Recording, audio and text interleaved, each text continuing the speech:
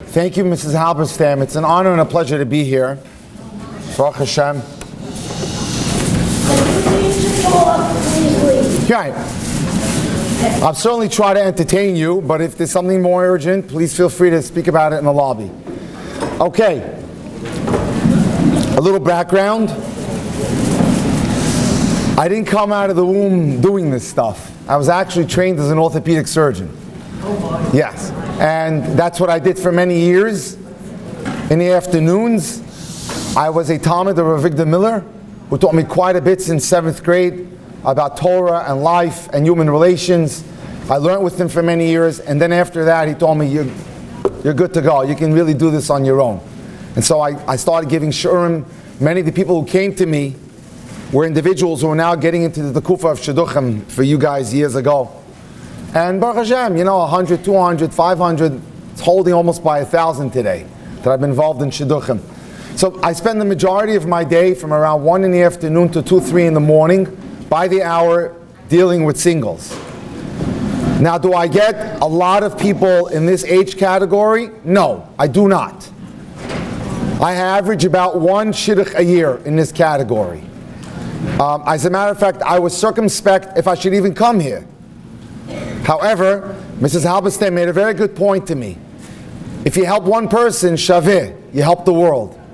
So how about if I collected all of the data that I have and all of the topics that I've spoken about in this area, and I share it with you as to why you should possibly be open to a suggestion. I'll give you some secular scientific data, and I'll back it up with some interesting items. If you are interested, this is what you need to be alerted to. Anyone who needs to reach me, it's very simple. I give out my cards and my numbers on those cards. I live in Flatbush, and I'd be happy to do it. What I do is I meet with people one-on-one. I hold their hands through the process. 2 years ago, it was a 72-year-old man who called me a week after Purim because he watched my shir. I have about 345 classes on dating alone. Everything you can think of. And every week I conceive of another idea. Anything related to dating, from 20 to 80. So everyone is represented there. But so an individual called me from Baltimore. He was 72. He had been married twice. His first wife was really prominent in this out-of-town community. The second time it didn't go so well. I said, you really want to try this a third time? And he said to me, yes. And he gave me the real reason, which I'm going to focus on today. I asked him why, Ephraim. I just changed the name. He goes, it's lonely. I need someone to talk to. And so we started the process. I can't say I was the shadchan, because he met her through an internet site. He ended up meeting a lovely woman who was 68 that herself was divorced.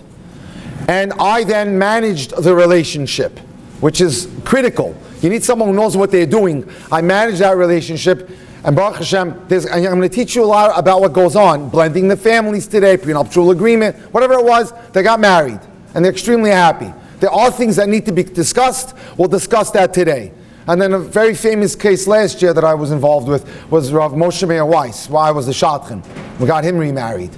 Again, I want to say, by the way, in both instances, it was the men who approached me.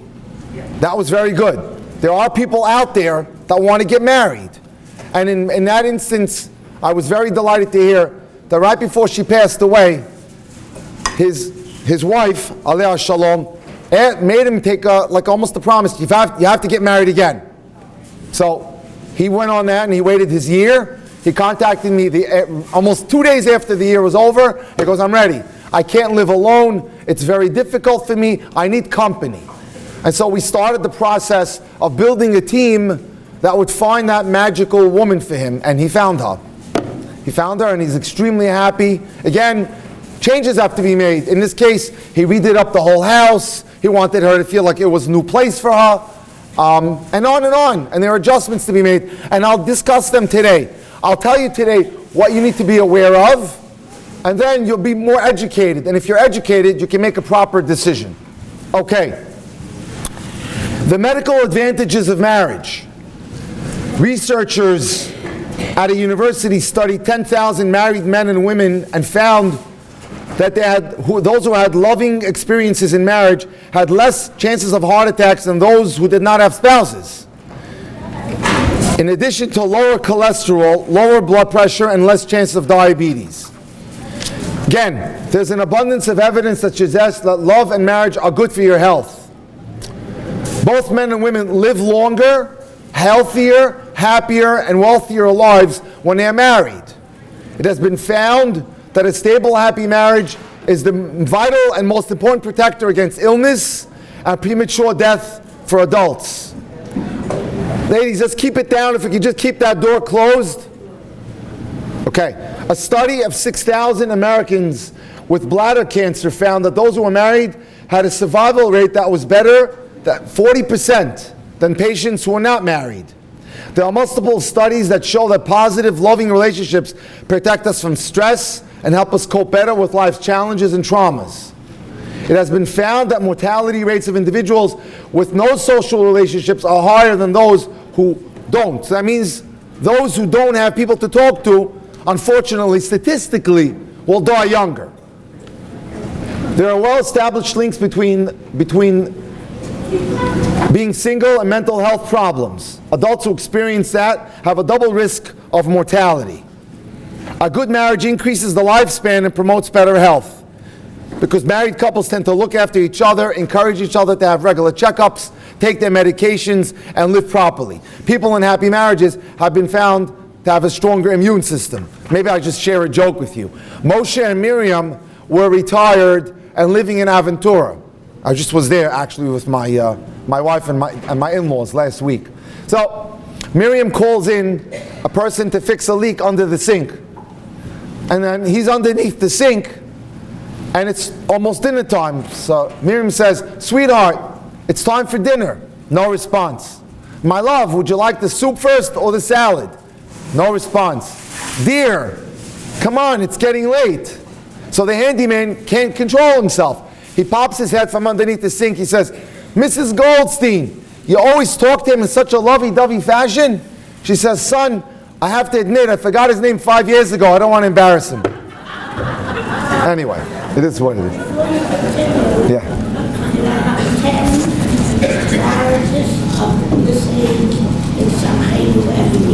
Fantastic. Everyone heard that? There are 10 marriages in this age group every year for Samchenu. So let's offer a clap of applause for this great organization. Okay. Now, can I deal with the questions after? I will stay and answer any question you want, but I think it behooves us just to go through the presentation. I'm bringing today material from articles that have been published about senior marriages. So listen up. If I was you, take notes. If you can't take notes, this will be on Torah Anytime by tomorrow afternoon. So you can go and find it. But it's very important. Now,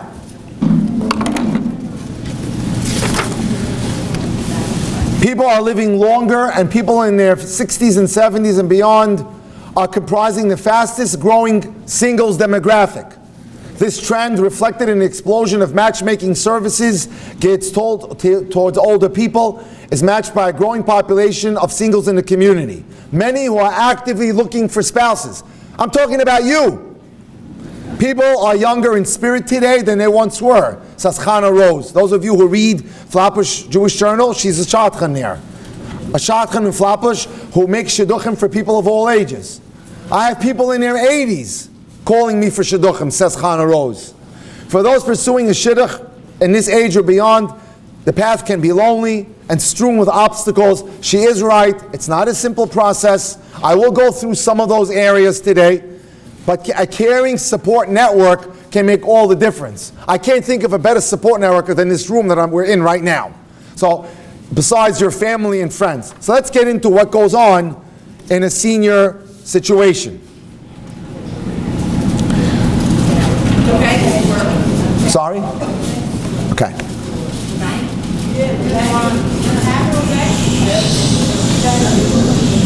At a 60-plus shidduch that Chana Rose just hosted, there was an outpouring of gratitude from the people who were there. People are eager for new opportunities. Older single women struggle with the shidduch crisis as well. I mean, do you think that I just deal with 20s and 30s? Yesterday, I finished at 1 in the morning. I gave a presentation on the Upper West Side to people, 40s, 50s, they've never been married once. Baruch Hashem, here at least we had experience to have it the first time. Men, unfortunately, are less proactive in general. It could be people are not reading as many shidduchim to them, so have less need. Also, their social lives tend to be filled with more activities.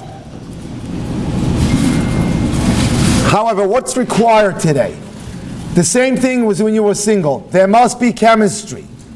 When you go out with an individual at your age or any age, and you're looking for a partner, you've got to have chemistry. That's important. Now, one thing is interesting. Cultural identification is often less important to mature singles. When I was 20, they had to be Hungarian or Polish, Sephardic.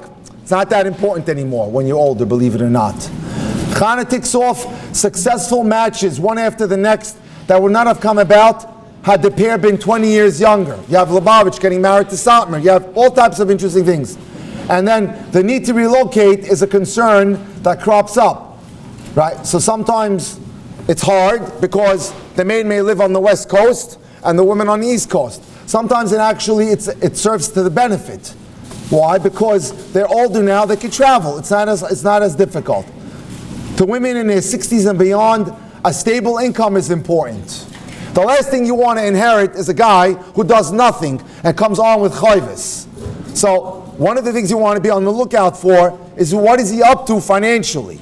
Does he have the means to support you? You're not there to be his bank account.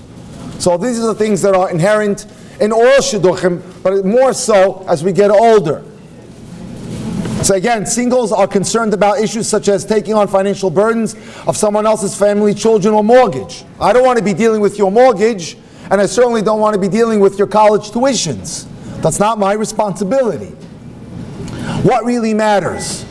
While some singles state from the get-go that a healthy spouse with good midos is the only thing that really matters to them, others come with a laundry list of requirements. And when you get older, it can be harder to be flexible. And another thing that is health is an issue. Obviously, as we get older, we're managing medical situations. And it's a case-by-case situation.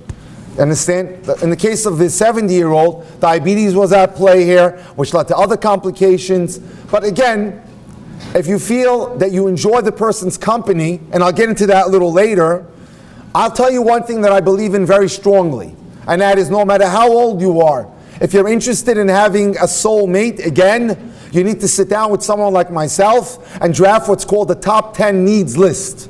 What do I need in my life? I need someone who's kind. I'm talking about midos. Considerate, generous, no anger issues, not a controlling person. Watch out for the people who have a temper.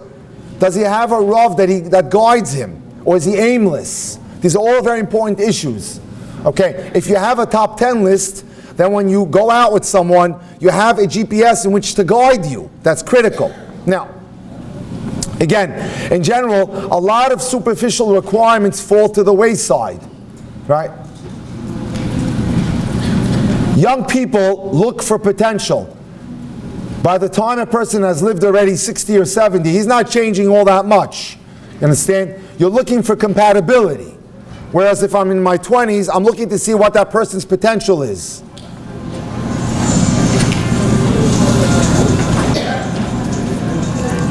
It's in your best interest, if possible, to marry someone within your decade.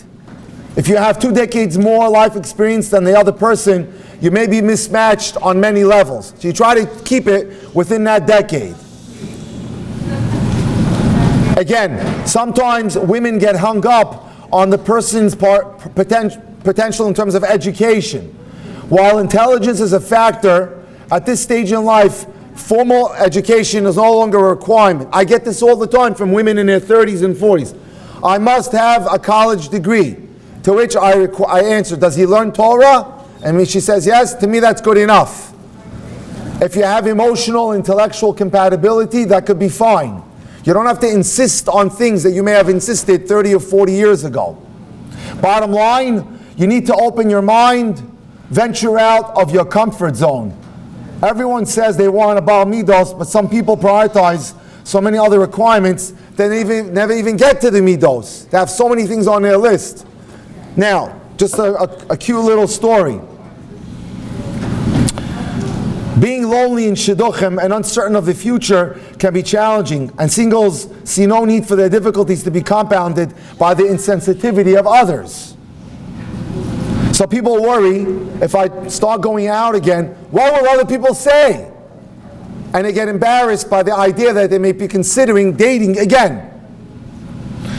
Chana recalls a particularly memorable incident when she overheard someone say, "Did you hear so-and-so got engaged? His wife is not even cold yet." People can be very insensitive. So I'm going to tell you one thing that's really important that I learned when I was in medical school. Something said by Benjamin Franklin. When you're young, keep both eyes and ears open. When you get older, close one of each. Yeah. Not everyone has your best interest at stake, at heart. If you're focused on doing something, there's going to be the naysayers, no matter what you do. As a matter of fact, I read something, I myself need a little chizuk once in a while. You know, I'm in a very tough situation. I think that if I could have done reconstructive foot surgery with my eyes closed easier than some of the hardship that I deal with when I deal with seeing some singles. Because of the ridiculous attitudes that they take sometimes. The nonsensical things that they put on the table that are totally not important. And I think we have to be, we have to get realistic. Okay, so let me go back to this.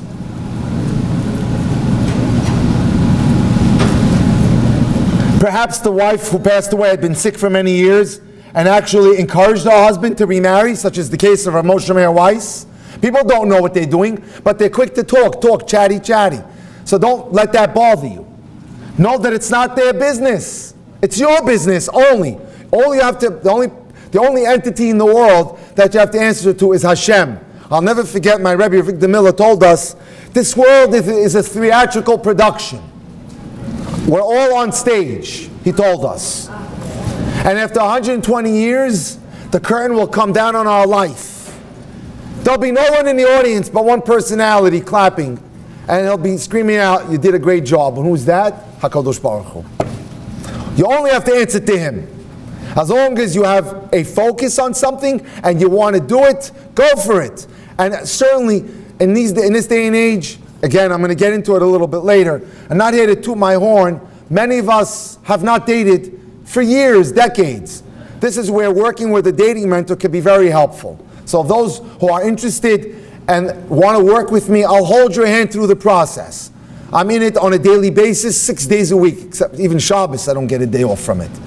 People approach me all the time, but it can be done. Again, Perel agrees that fear of judgment can often hold back widows who would like to re-enter Shidduchim, but they're afraid of what people will say. And sometimes it's not a stranger's judgment. It's those close to you, the daughter, the son-in-law, the brother-in-law, the uncle, if he's still alive. But if they're well-adjusted children, they should want their parents to find happiness again. Some people do it out of selfishness. The children may do it out of selfishness. They don't want you to remarry. Life is messier than that. It's hard to face the possibility of loved ones.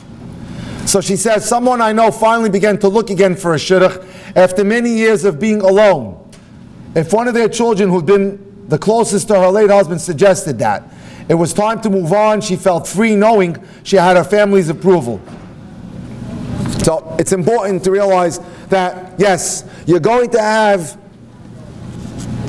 a gallery of individuals who don't necessarily see eye to eye with your desires. But again, all you have to do is answer for yourself. Now, give me a second. Children. The challenge of children. And we see this all the time. I'm involved in a lot of shidduchim of divorced people. And I sit with both the men and the women who are dating. It's a very, very nebulous process. as I sit with them and I try to blend the families. And who's going to do what, who will be responsible to who. So I'll get into that a little bit today. First of all, marrying someone without children is no guarantee of smooth sailing. One man he knew married a woman with no children of her own. Having no experience with children, she experienced a great deal of friction with her stepchildren. One thing you have going for you, if you've had kids, you at least have some experience in dealing with children, so be able to know and be sensitive to the other person's children.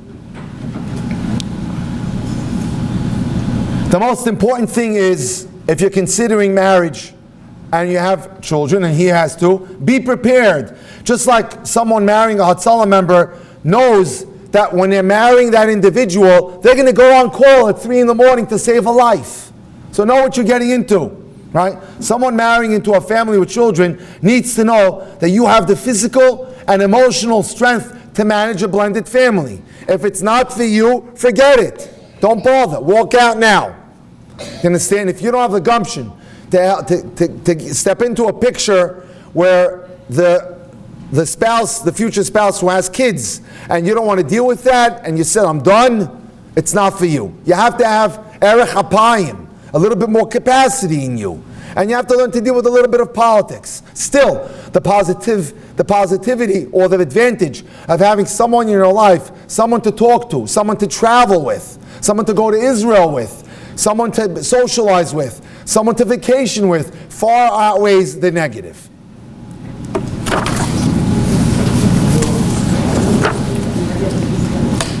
It's selfish for kids not to realize that an older person needs a life too, and can't just revolve around their children and grandchildren. I was in Toronto speaking a month ago to a person, an older divorced woman, probably 60 now. For years she's remained single. So I said to her, tell me a little bit about your life. Her life comprises of basically changing diapers for this grandchild, going over to Shabbos for that, to that daughter, to that son. No life of her own, essentially. I said to her, when they go away, what happens? It's basically a lonely existence. I said to her, you're still thriving. You have a great attitude. You have a wonderful sense of humor. Why don't you consider marriage again? And I'm taking her closer now to the process. Some people have a little bit of baggage on the table in terms of the trauma that they endured in a bad marriage, and they can't conceive of it.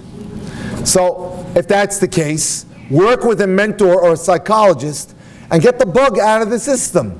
Every one of us carries some sort of peckle. We all know that. Are you meant to live with that? Is that the end? By all means, no. You can change anything. Where there is a will, there is a way. One of the things that I daven for every day is one word in Hebrew. Ratzon. Hashem, give me the desire to continue to hear people, to listen to them, to figure out how to get them married again, to keep them there. I'm not just done when I get them married. I have my eyes right now on numerous couples that have issues, that come to me to resolve Shalom Bayit issues. So you have to do the same thing. Ask for desire. Hashem will grant you whatever you want. And by the way, I'll tell you something that I saw in Family Magazine, in Mishpacha Magazine this week. It was beautiful. Rav Nachman of Breslov writes something very interesting. If you're encountering opposition in anything in your life, that's a good thing. That means you're going in the right direction. You're growing. I needed to hear that Friday night. I had some really difficult people to deal with Thursday afternoon. I said I couldn't wait for Shabbos, a little bit of schnapps and some meat, and I was good to go. When I read that, that really gave me chizuk. It's okay to have opposition. Opposition means you're doing something right. If it was smooth sailing all the way, you have to worry. Okay, now,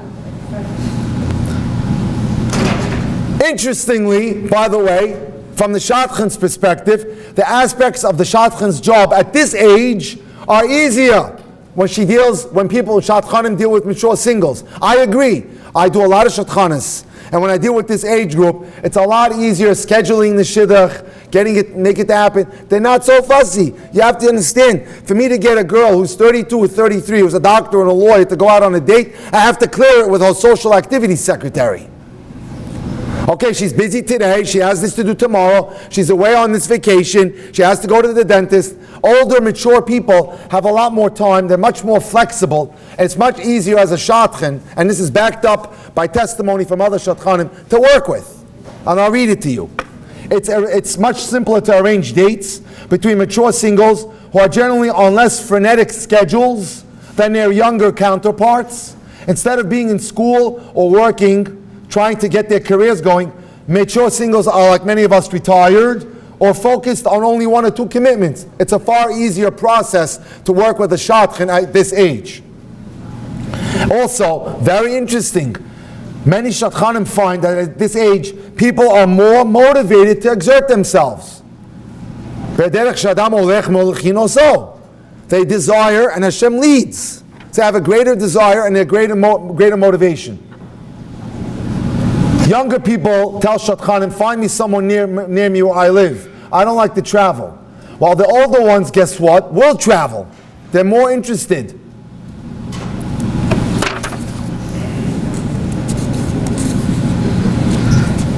A red flag. Let's talk about red flag. A red flag is a man who tells you that his wife was crazy. Usually, this is like he's talking between the cracks. That does not reflect well on the midos of this man. In the uncommon case of genuine mental illness, a Rav should be consulted about what information may be shared with who. That's also intricate, something you may want to discuss with me. What am I allowed to tell the person that I date with in dating about my past?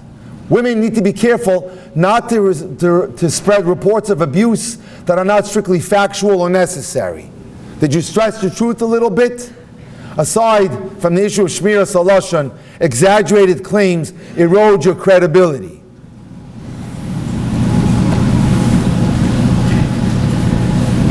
Baalei midos of either male or female know to restrict hurtful information to need-to-know basis.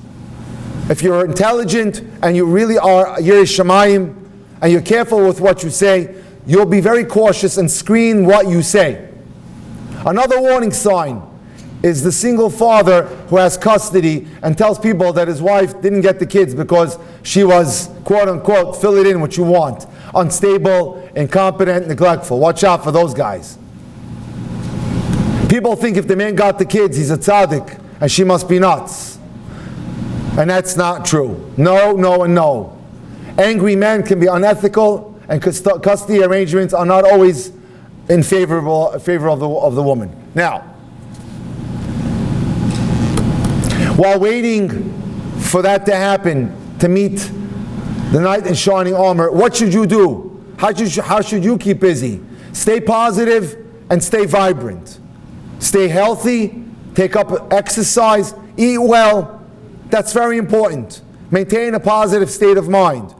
And I do that, and I advise so many people to do that simply by reading a gratitude card every day. I have one in my siddur. I try never to leave shul in the morning without reading it. I'd be happy and delighted. Those of you who have WhatsApp, I can WhatsApp you a copy of it. Gratitude is the single most important thing in your seder every day. For that takes stock of all the good that Hashem does for us, including the not so good. We say thank you to Hashem, la tov or la ra, because it's all la tova. So it's very important. And staying healthy, exercising, eating well, maintaining fitness is important. Because guys don't change. He may have a belly that's like a tire, and he might be 72 years old, but he wants a girl that looks like a prima donna. These guys don't just don't change. So it's important. Nobody's telling you to be a size 2 or 4, whatever it may be. Just maintain your appearance. It's important. Very important. Now, keeping busy and active helps negative thoughts away, keeps them away at bay. Instead of staying home to ruminate and worry what would have been so-and-so on your next anniversary, travel and do and keep busy and go visit. Keep yourself moving. Now, Shadchanim say, in this age group, most people welcome suggestions and are touched to have been thought of. So tell people out there, I welcome your suggestion, whether it's family, friends, It's okay. Let the word out. If they don't know, they'll assume you're not interested. Hishtadlus means you can't sit, as we say in Hebrew, regel a regel, one leg crossed on the other, and assuming people can read your mind. It's not happening. You have to get the word out if you're interested in moving to our next Kufa, that you are welcoming suggestions.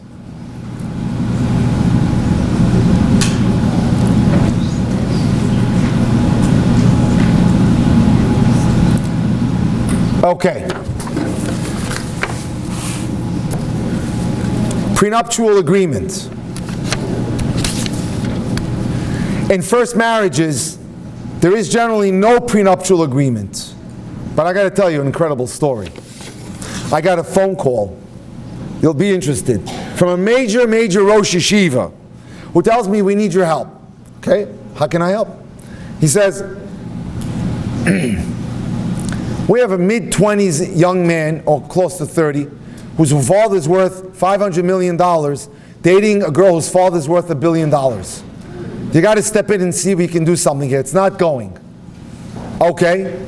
So they met me at a local shul. I noticed that they had absolutely nothing in common.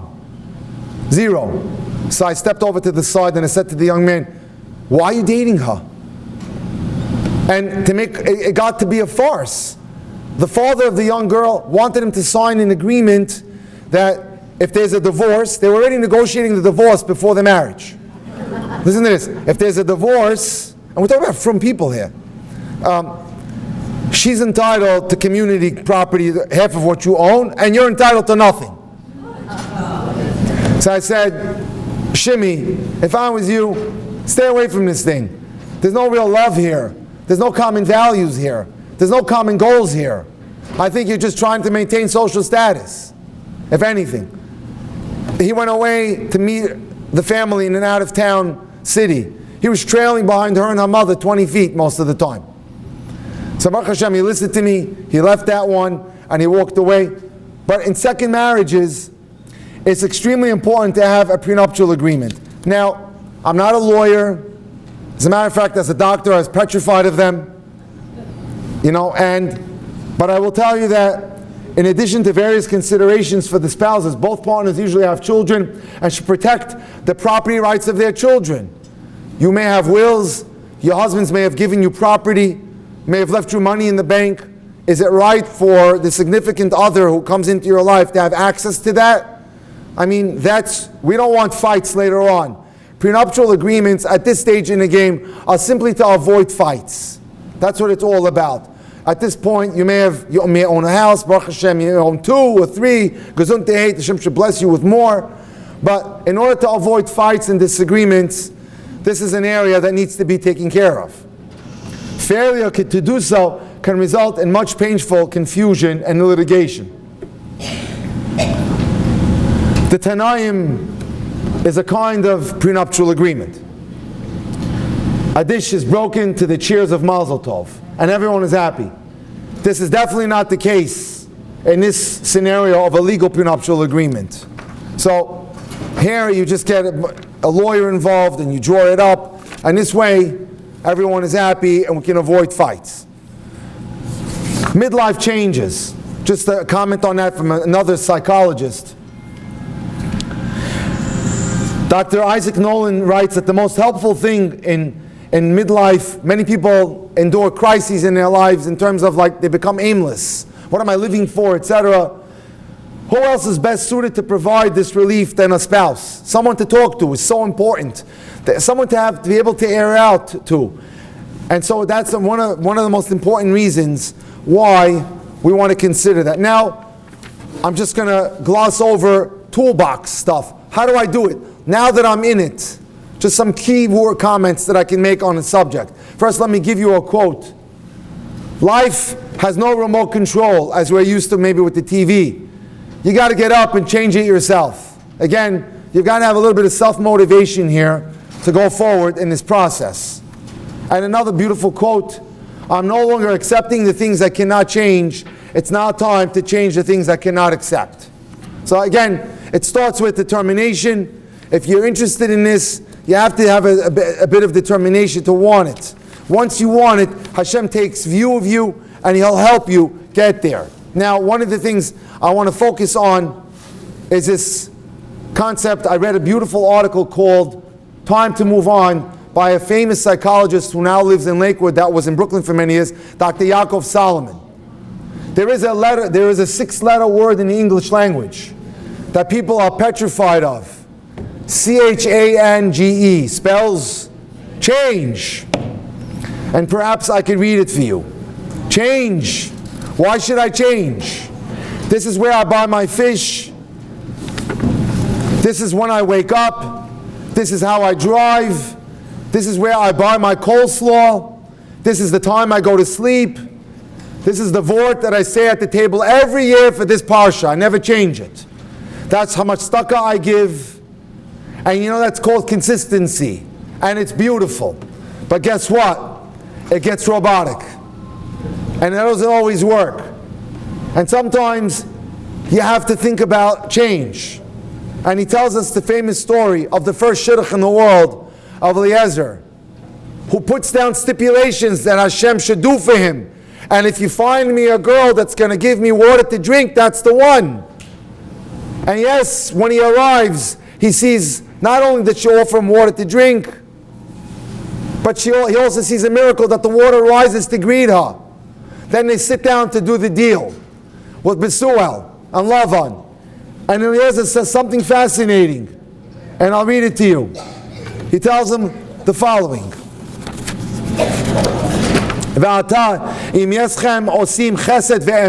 If you do kindness with me, it's Adoni and my master Avram, Hagiduli.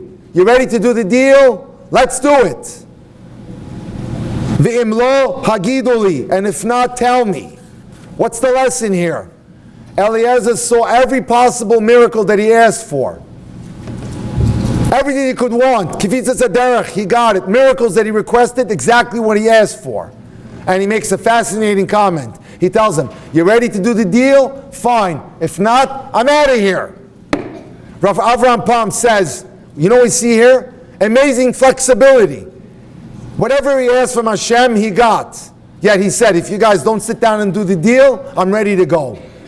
Ladies, the key here is flexibility. Be ready to move. Be ready to embark on some change. Change may be scary, but change could be good. Even Eliezer, who had it down to a science, that I got exactly what I want from Hashem, he threatens them. If you don't do the deal, I'm out of here. I'll find someone else to be the wife of Yitzchak Avinu. I don't need you. And so, that's one of the important lessons to learn from here. Be able to be flexible. Take care of yourselves and do the best that you can. That's very, very important. Let me close by telling you that the ingredients for a successful marriage of Elia Dessler was like this. Ani. If you're ani, your eye is limited to yourself, it's going to be hard for you to get married. The greatness of an individual is based on the width of their ani. A person whose orbit is only their 4 amos, that's a very limited human being. The person whose orbit extends to siblings, children, is even bigger. And the person whose orbit incorporates more, their community, bigger than that.